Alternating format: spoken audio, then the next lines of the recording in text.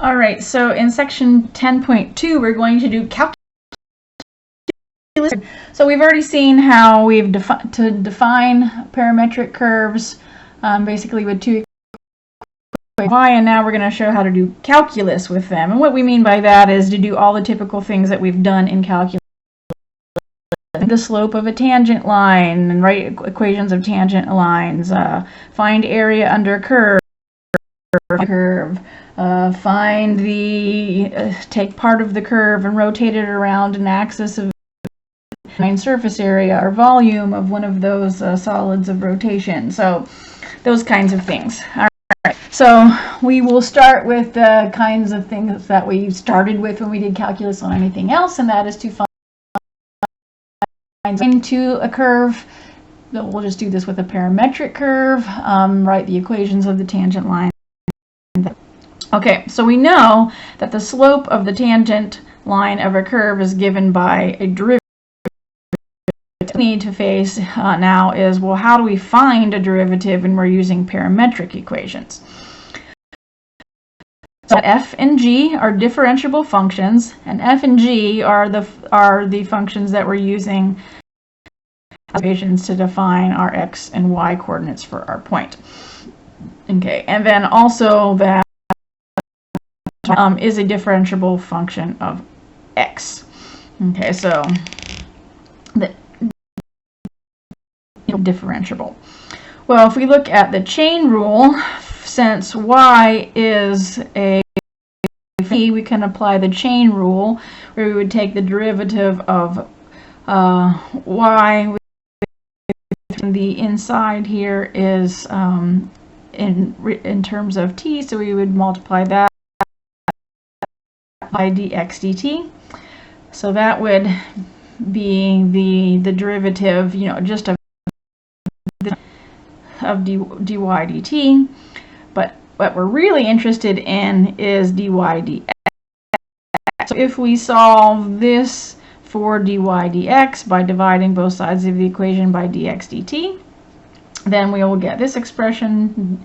The derivative of y with respect to x is the quotient of the derivative of y with respect to t. So we can just take, this is written in terms of t, so we can take the derivative of this with respect to t and divide it by the derivative of x with respect to t. So this one is written in terms of t and divide it by that derivative. So it's just the quotient of the derivatives of these two functions. Okay, as long as the derivative of this one is not 0, of course. Okay. So the first derivative is, of course, very useful for finding tangent lines, but it's also useful when we want to find, where we have horizontal or vertical asymptotes, and those things can be very helpful when we're trying to sketch a curve. The other thing that's helpful for when we're trying to sketch a curve is to figure out where the curve is concave up and concave down, and we need the second derivative for that, and so we also are interested in finding the second derivative when we have parametric equations, so that we can get this other helpful information for curve sketching, and that's a good idea to, we know that, we can plot a few points, and that's nice when we've got things like circles and parabolas that are very easy to draw, but there are other kinds of parametric curves that are much harder to draw, and just plotting a few points doesn't always give us all the information that we need for being able to draw the curves. And so having this kind of information about asymptotes and concavity can help us sketch these more difficult parametric curves. Okay, so to find the second derivative, of course, we just take the derivative of the first derivative. So to find the second derivative, I'm going to take the derivative with respect to x of the first derivative.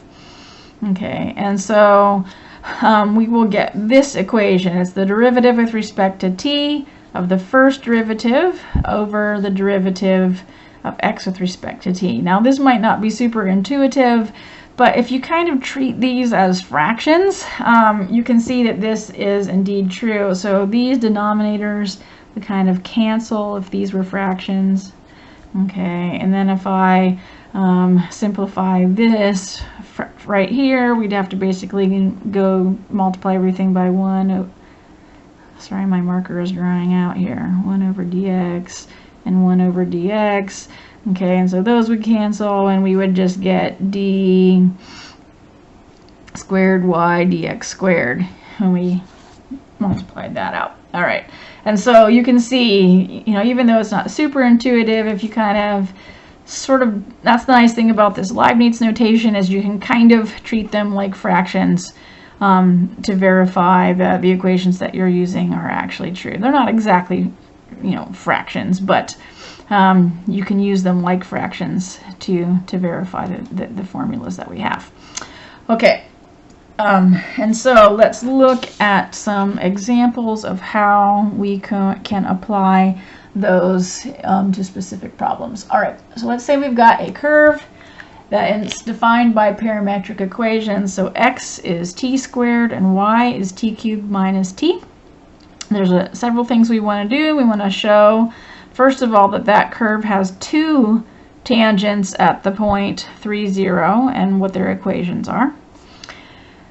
And then secondly, we're going to find all the points where we've got tangents that are horizontal or vertical, and that will be useful in curve sketching.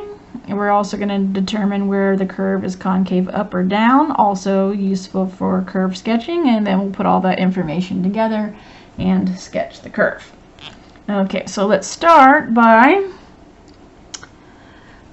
showing that the curve has two tangents at the point 3, 0. Okay, so in terms of the point 3, 0, you know, this is the x coordinate and this is the y coordinate. So we have the point, but if we want to write the equation of the tangent lines, of course we need their slopes, and their slope is given by the derivative. So what we need to do is find the derivative of y with respect to x. And we know the way that we do that is we take the derivative of y with respect to t and divide that by the derivative of x with respect to t. Okay. And so the derivative of y with respect to t, we're going to take the derivative of this equation, and we'll get 3t squared minus 3, and divide that by the derivative of x with respect to t. So we'll look at this equation, and the derivative is 2t.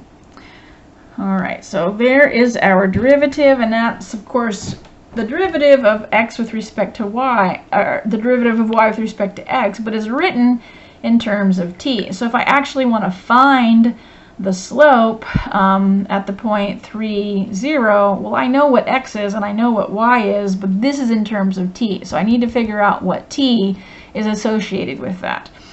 Okay, and in order to do that, I'm going to take the value of 3 for x and put it into this equation. So I'll have 3 equals t squared. Okay, so that will give me t is plus or minus the square root of 3. So that is, when t is plus or minus 3, that will give us an x coordinate of 3. And the way to get a y coordinate of 0, okay, well, I'll just take the 0 and plug it into this equation. So 0 equals t cubed minus 3t. Okay, so to get a y coordinate of 0, I'll factor out a t. I'll have t squared minus 3. Okay, so t equals 0 would give us a y of 0, and this part gives us t equals plus or minus the square root of 3. Okay, so the only t values that give us both an x coordinate of 3 and a y coordinate of 0 are these plus or minus 3's. Okay, so the plus or minus 3 are the only one that will give us both an x of 3 as well as a y of 0. So this one is not going to give us an x coordinate of 3. So this one does not generate the point 3, 0.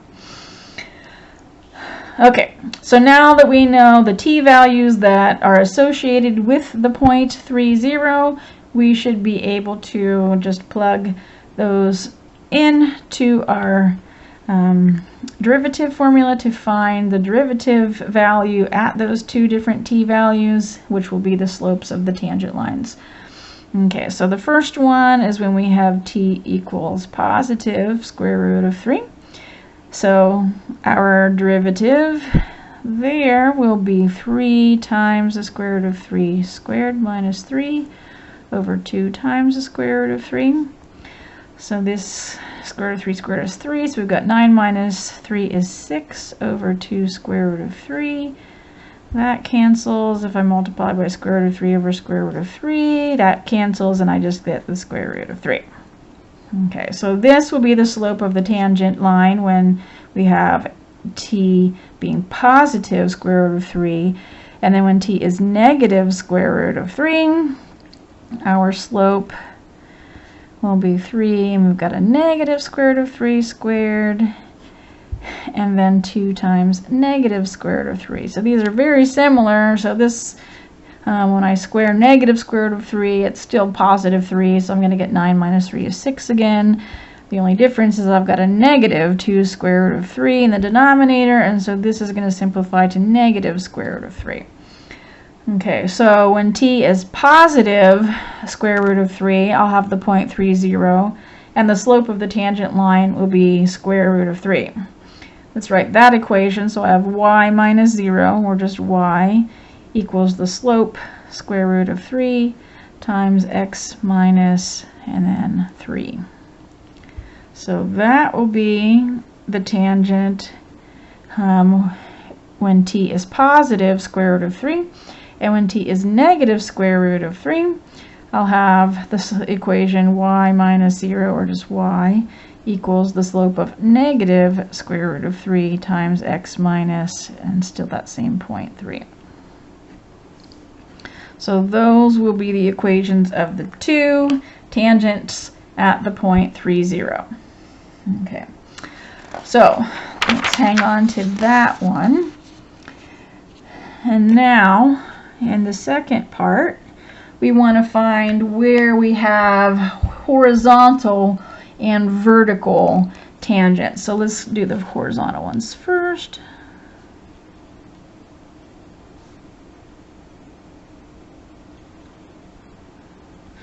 Okay, so where are we going to have horizontal tangent lines? Well, horizontal lines have a slope of 0, so really we're asking ourselves, where is the derivative equal to 0?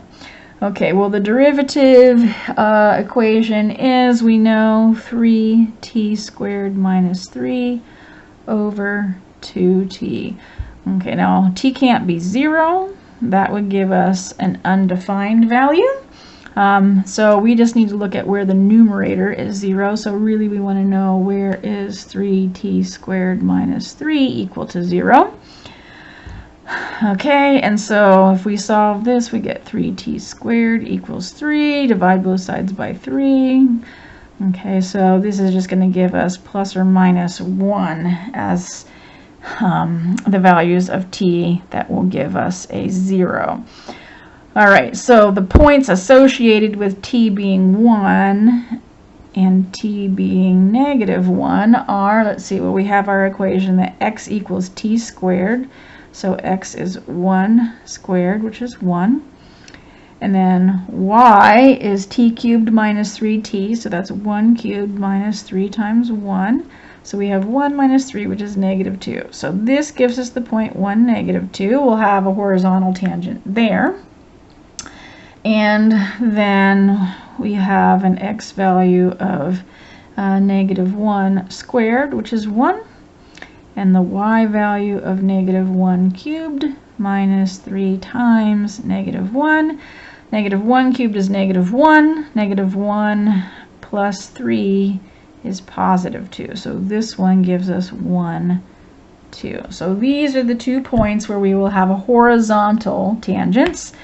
And then we also need to consider where we have vertical tangents. Well, the slope of a vertical tangent is undefined. Okay, so this will be undefined when t is equal to 0. So t equals 0 will give us that vertical tangent, and the point that's associated with that is x equals 0 squared, which is 0, and y is 0 cubed minus 3 times 0, which is also 0. So the point 0, 0 is where we will have a vertical tangent. Okay, so that takes care of part B. Part C, we need to determine where the curve is concave up or concave down, and of course that is going to involve us finding the second derivative. So we want to find the second derivative, and we know that we have to take the derivative with respect to t of the first derivative and then divide that by the derivative of x with respect to t. Okay, so we're going to take the derivative of dy dx, so that's this over here. I'm just going to rewrite that in a form that's a little bit easier to take the derivative of so that we don't have to use the quotient rule. So I'll just split this up into two separate fractions. So I'm going to have, when I do 3t squared divided by 2t, that'll give me 3/2 t. Okay, and then this second part will be minus 3/2 t to the negative 1. Okay, and then dx dt is still just 2t. So when I take the derivative of this one, okay, I'll get 3/2 and then minus 3/2, and here I'll have negative 1. I'll just turn that into positive, t to the negative 2. Alright, and it'll be easier if I don't have this all written with complex fractions, so let's multiply everything by 2t squared over 2t squared. That's just 1, but that will clear all my fractions and get rid of my negative exponents. Alright, so those cancel out. I'll have 3t squared plus 3,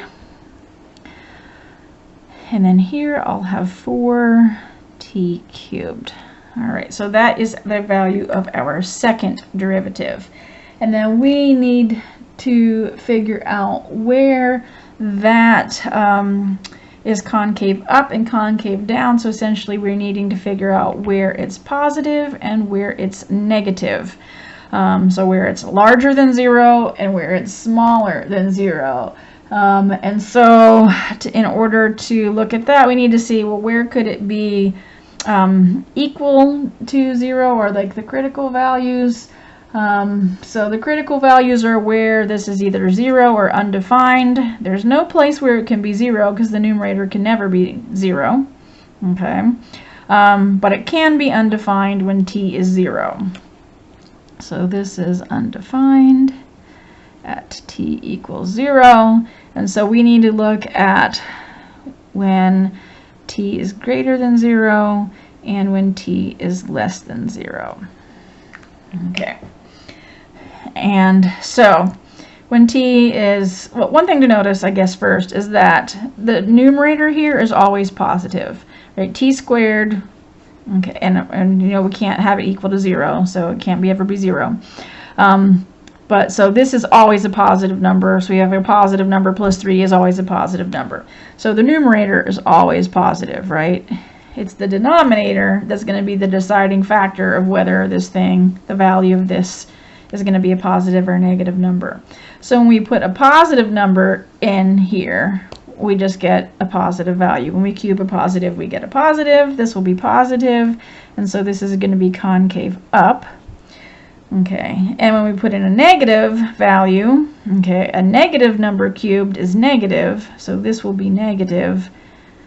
Okay, this is negative, so this will be concave down.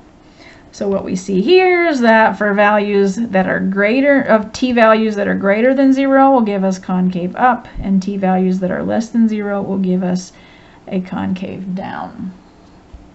Okay. So now that we know all of that, we need to put all of the pieces together to sketch the curve. And that is part D over here. Okay, so from part A, we know that we have a point 30. I'm just going to call this 30. Okay, and we know that we've got two tangents at that point, and their equations are this. We've got one that has a slope square root of 3, so that's a tangent line with a positive slope, and one of them has a tangent with a slope of negative square root of 3. All right, and so that will have a negative slope.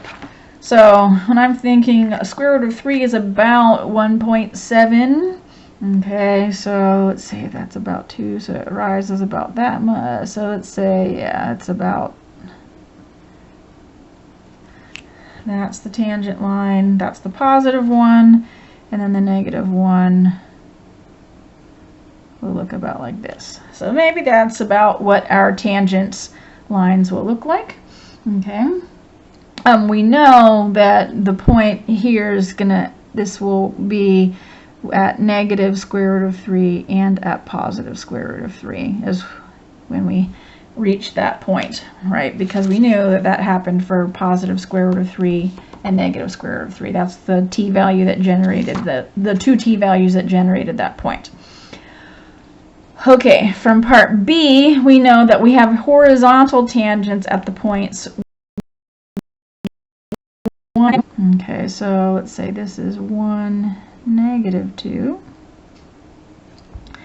Okay, so we're going to have a horizontal tangent there. And then let me see, let's mark this. So this was at t equals 1. And then at t equals negative 1, we're going to get the point 1, 2. So that's going to be up here. We're also going to have a horizontal tangent. This one is at when t equals negative 1. Okay, we're going to have a vertical tangent at the point 0, 0. So there's going to be a vertical tangent right here. And that is at time t equals 0. Okay.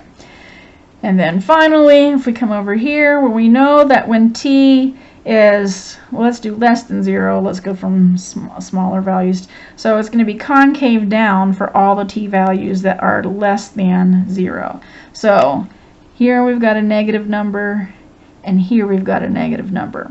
So when we go through this point, and then, you know, as we're approaching this one, I mean, there's going to be a vertical tangent there, but okay, on all of those, it's going to be concave down. So we're thinking of concave down is going to look like this, right? And then this is going to be a vertical.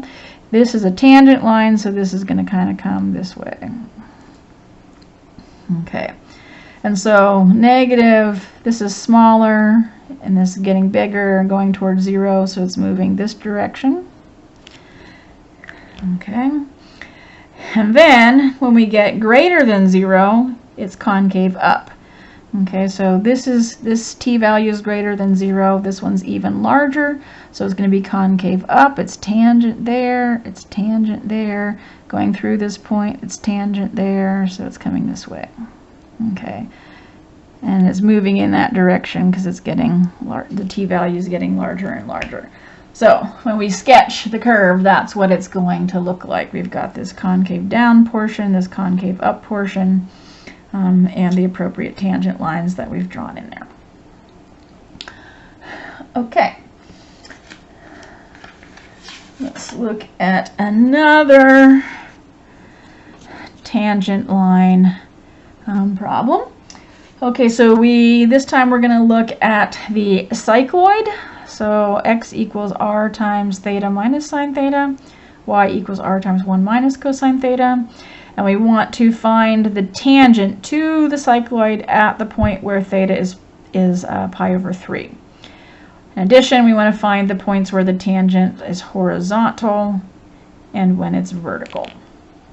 Okay, so let's start. Of course, for all of these questions, we're going to need to know what the derivative dy dx is. Okay, so once we have an equation for that, we can figure out what the slope is when theta is pi over 3, and then we can find where that derivative is 0 and where it's undefined as well. All right, so we know that to find dy dx, we need to take the derivative with respect to the parameter. Okay, in this case, it's not t, it's theta. So let's rewrite this one. We need to do dy d theta. Okay, and divide that by the derivative of x with respect to the parameter. So dx d theta. All right. So dy d theta, when we do this one, we're going to get r times, okay, the derivative of 1 minus cosine theta is negative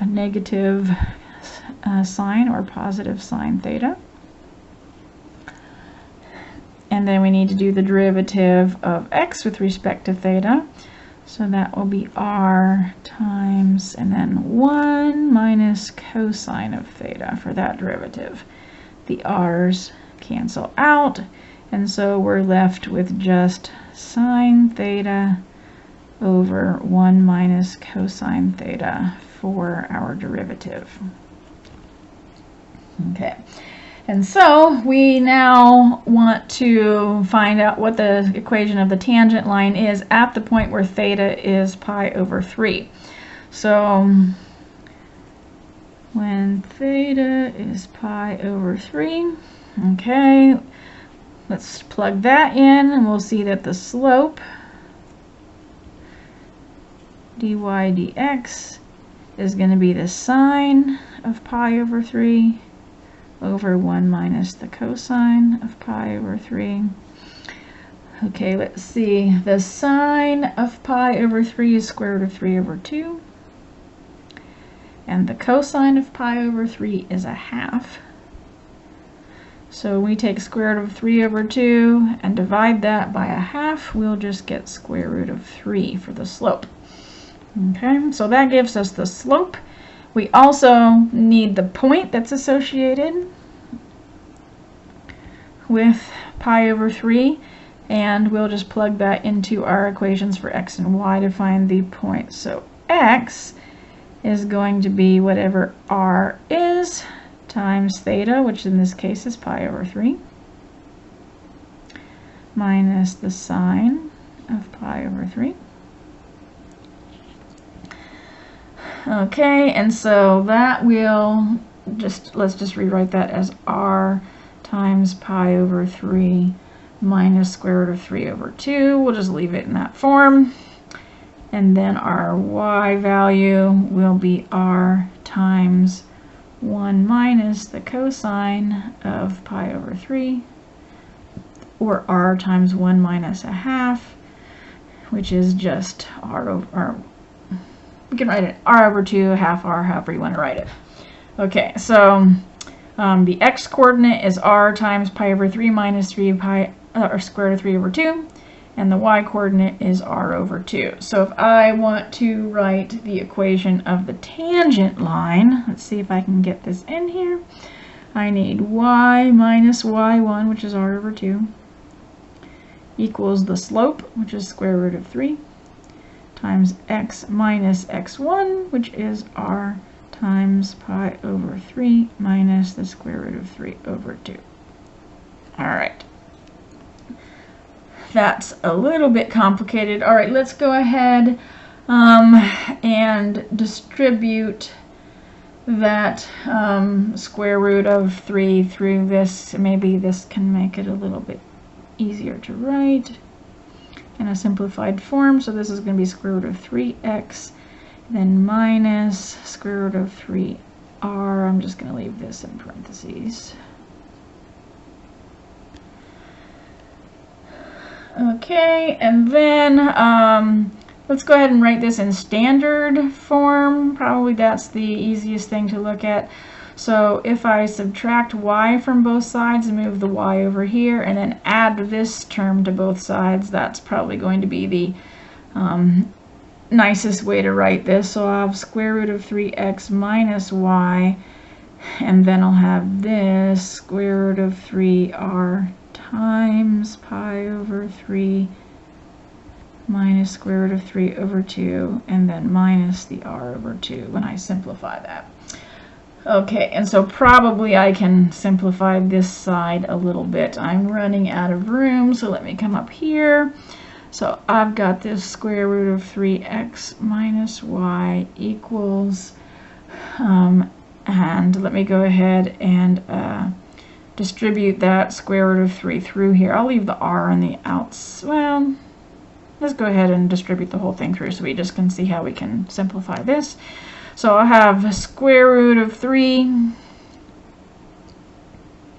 pi r over 3 minus square root of 3 times square root of 3 is 3, so I'll just have 3r over 2 and then minus r over 2, so I can combine these ones and get square root of 3x minus y equals square root of 3 pi over 3 r, and then this is minus 4r over 2, or minus 2r. And I suppose you could factor an r out of that if you wanted to, or leave it that way. Maybe it looks nice factored, so we can see what the constant is. So it's r times, and then we've got this square root of 3 pi over 3 minus 2. And that's about as good as we're going to get for a nice equation. Okay, so that will be the equation of the tangent to the cycloid at the point where theta is pi over 2. And now we need to answer the questions of where the tangent will be horizontal and where it's vertical. So let's look at horizontal first.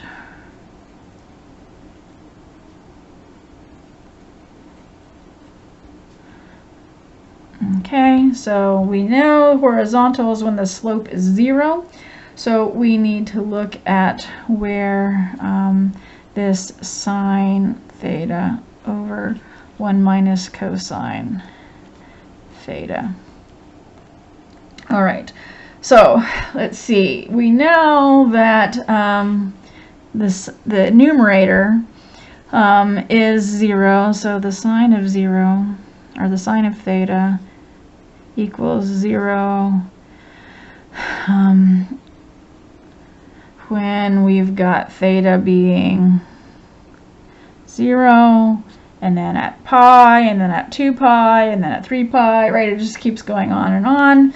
So, and it also could be plus or minus pi, plus or minus 2 pi, plus or minus 3 pi, on and on it goes. Okay, all those places we've got 0. Okay. Now, we also need to look at where the cosine value is 1, because if we also have a 0 in the denominator, we're not going to get a value of 0. So we need to eliminate the, so we need to look at when the cosine of theta equals 1. Well, when will that happen? Well, that happens at pi. Okay. And then also at negative pi.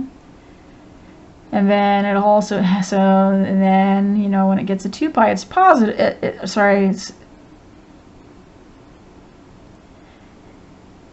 then, so, sorry, it's at 0, I was doing negative 1 instead of positive 1.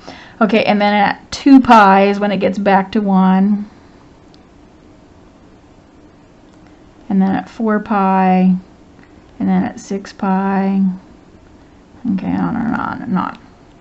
Okay, that's when it will be positive 1. Okay, and so when the denominator is also 0, we're not going to get a value of 0. So we need to, eliminate all these choices. So 0 is not good, 2 pi is not good, 4 pi, 6 pi, all of those are going to give us a 0 in both the numerator and the denominator. Okay, if I want a 0 only in the numerator, that's going to happen at the odd multiples of pi. So the derivative, or the slope, is 0 when our angle is positive or minus, I'll say, n pi for odd values of n.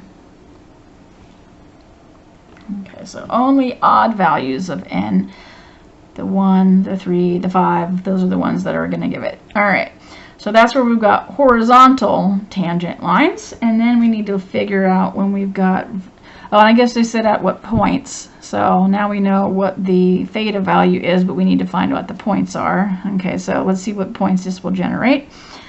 So the x coordinate of those points is defined by this equation, so we're going to have r times, okay, whatever, plus or minus n times theta minus the sine of whatever plus or minus n theta, for n being an odd number. Okay, and so here, if we have any multiple of pi, the sign is always 0. This is going to go away. So this is always just going to be plus or minus r times n times theta. Of course, we know here n is odd. And then as far as the y coordinate goes, we have to use this equation. So that's going to be r times 1 minus the cosine of plus or minus n theta for odd values of n. And we know that the cosine is 1.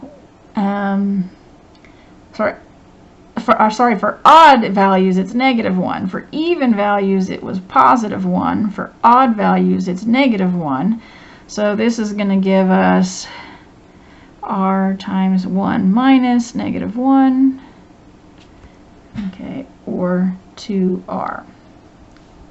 Okay, and so those are our points. So the x-coordinate is going to be plus or minus r and theta, and the y-coordinate is always going to be 2r.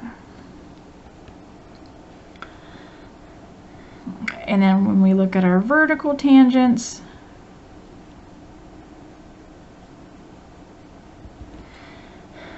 okay, so that's where, you know, we have an undefined denominator, and we know that that happens at 0, 2 pi, 4 pi, 6 pi, etc. So we know that theta equals 0, plus or minus 2 pi, plus or minus 4 pi, etc. are our candidates. One thing to realize though is we have 0 over 0. So if we want to actually know, like, we're not sure exactly what that is because it's undefined, but we could look at the limit as theta approaches these plus or minus an even multiple, 2 pi, let's call it Rn of sine theta over 1 minus cosine of theta. Okay, so that's going to be an even value. Oh, I don't need an r in there, just the 2 pi n. And so as I'm approaching an even value, it'll be the same no matter what even value it is. So we'll just look at this even one, and then you know, for any n, it'll be the same thing. Okay, so we know that if we look at even, like, we're just going to get a 0 over 0 here, but we can use L'Hopital's rule.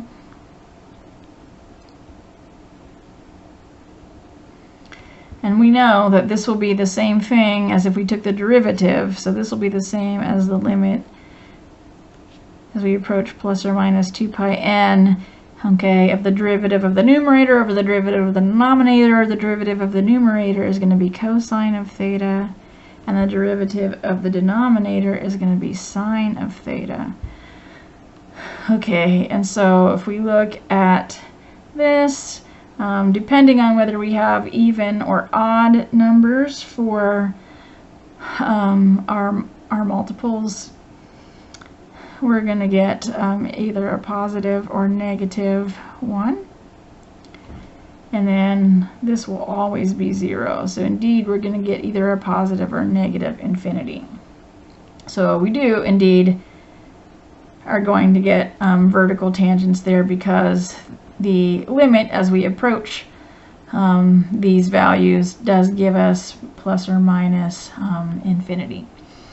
All right, so let's see how all of this makes sense. Let me just sketch this really quickly up here. So remember, if we look at the cycloid, it kind of looks like these over and over again.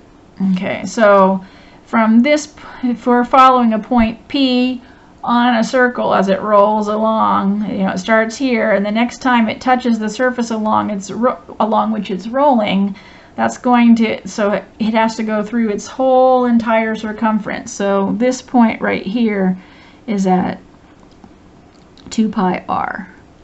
Okay, and then it would have to go through another 2 pi r. Okay, so this is going to be at 4 pi r, and then it'll have to go to through another 2 pi r. This is going to be 6 pi r. If we went backwards, this is going to be at negative 2 pi r. Okay, so every iteration of its circumference, we get it, the point is back on the surface along which it's rolling. Okay. Halfway through that, so this would be at pi, this would be at 3 pi r, so this is just pi r, this is at 5 pi r, etc. That's when the point has rolled along, and now, okay, if I were to look at the circle in there, okay, the point is now at its highest point it could ever be. Okay, the diameter is perpendicular right there. Okay, and so what is the diameter? Well, if the radius is r, then the diameter is 2r. Okay, so it completely makes sense that at that point, okay, so plus or minus pi rn, okay, the x-coordinate is plus or minus pi rn. This is for odd values of n. So at pi, at 3 pi, at 5 pi, okay, and then the y-coordinate is always going to be 2r, and we're going to get these horizontal tangent lines at all of these spots right here, at this point and this point. If I look at my vertical tangent lines, those are going to be at 0, plus or minus 2 pi, plus or minus 4 pi. You can see I'm going to have a vertical tangent here, and here, and here, all the even values. Okay, we get this sharp, this cusp right here as the point goes to the surface and then comes back up. Okay, so the information that we got from the work that we did completely matches everything that we know if we were to draw the picture and try to match it up. Okay, next time we will look at finding area under a curve.